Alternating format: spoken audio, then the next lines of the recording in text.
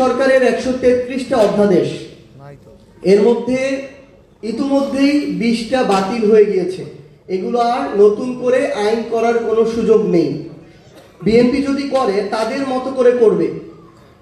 এই বাংলাদেশের সংস্কারের জন্য যেই প্রতিষ্ঠানগুলো বাংলাদেশের আওয়ামী লীগ ধ্বংস করে গিয়েছিল, সেগুলোর স্বাধীনতার জন্য এই 20টা অধ্যাদেশ বাকি 113টা অধ্যাদেশের চেয়েও বেশি গুরুত্বপূর্ণ ছিল। তার মানে শুধুমাত্র একটা অভ্যুত্থানের প্রেক্ষাপটের পূর্বে এবং পরে বিএনপি, জনাব তারেক রহমান কিংবা তাদের নির্যাতিত নেতাকর্মীরা বাংলাদেশের যে সংস্কারগুলো চাইতো, যেই প্রতিষ্ঠানগুলো দ্বারা তারা জুলুমের শিকার হয়েছিল, যেই প্রতিষ্ঠানগুলোকে তারা স্বাধীন সার্বভৌমভাবে চলার আকাঙ্ক্ষা পোষণ করেছিল, তারা ক্ষমতায় আসতে না আসতে ওই প্রতিষ্ঠানগুলোকে আবার তাদের মতো করে চালাতে চায়, ওই প্রতিষ্ঠানে আবার সরকারি দলের ছড়ি ঘুরাতে চায়। এ কারণেই তারা গুম অধ্যাদেশ বাতিল করেছে, দুর্নীতি দমন কমিশন অধ্যাদেশ বাতিল করেছে, মানবাধিকার অধ্যাদেশ বাতিল করেছে, বিচার বিভাগের স্বাধীনতার অধ্যাদেশ বাতিল করেছে। আরেকটা গুরুত্বপূর্ণ বিষয় হচ্ছে, দুঃখজনক হলে এটাই সত্য যে বিএনপি তাদের জায়গা থেকে ক্ষমতায় এসেছে আওয়ামী লীগের ভোটের মাধ্যমে। তাদের সাথে একটা আওয়ামী লীগের অলিখিত চুক্তি ছিল। আওয়ামী লীগের বিভিন্ন নেতাকর্মীরা, ইভেন শেখ হাসিনা পর্যন্ত দেশের বাইরে বসে এখন এই কথাগুলা বলে। তো এর মধ্য দিয়ে এখন সবচেয়ে বড় যে সমস্যাটা হয়েছে আমার জুলাইয়ের যোদ্ধাদের, শহীদ পরিবারদের, যে অভ্যুত্থানের পরে এই নতুন সরকারটা যখন গঠন করলো, তারপর থেকে আমরা দেখতে পেলাম সেই অলিখিত চুক্তির কারণে যারা ওই জুলাই যোদ্ধাদের উপরে অভ্যুত্থানের সময় আক্রমণ করেছিল, যারা আমাদের শহীদ ভাইদের হত্যার জন্য দায়ী, তাদের অনেক দাগী আসামিরা এখন জামিন পেয়ে যাচ্ছে।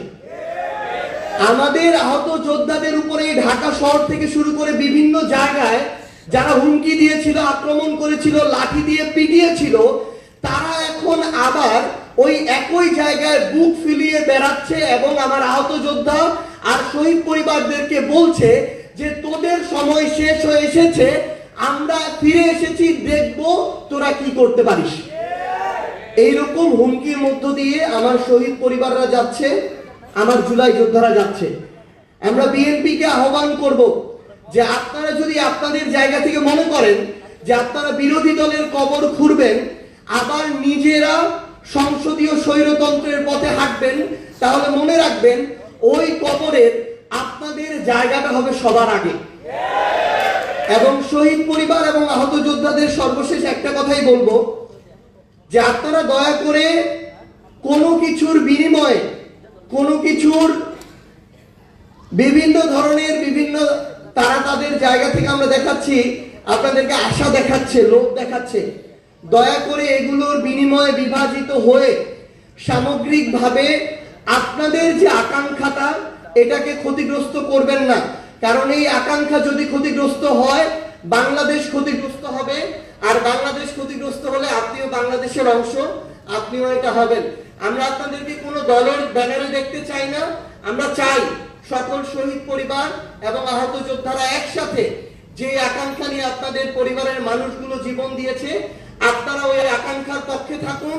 যদি আমরা এর পক্ষে কথা বলি তাহলে আমাদের পক্ষে কথা বলতে পারেন, যদি আমরা বিপক্ষে কথা বলি তাহলে প্রয়োজনে আমাদের বিপক্ষের কথা বলবেন। সবাই ভালো থাকবেন, দোয়া করবেন। আসসালামু আলাইকুম ওয়া রাহমাতুল্লাহ। সম্মানিত শহীদ পরিবার,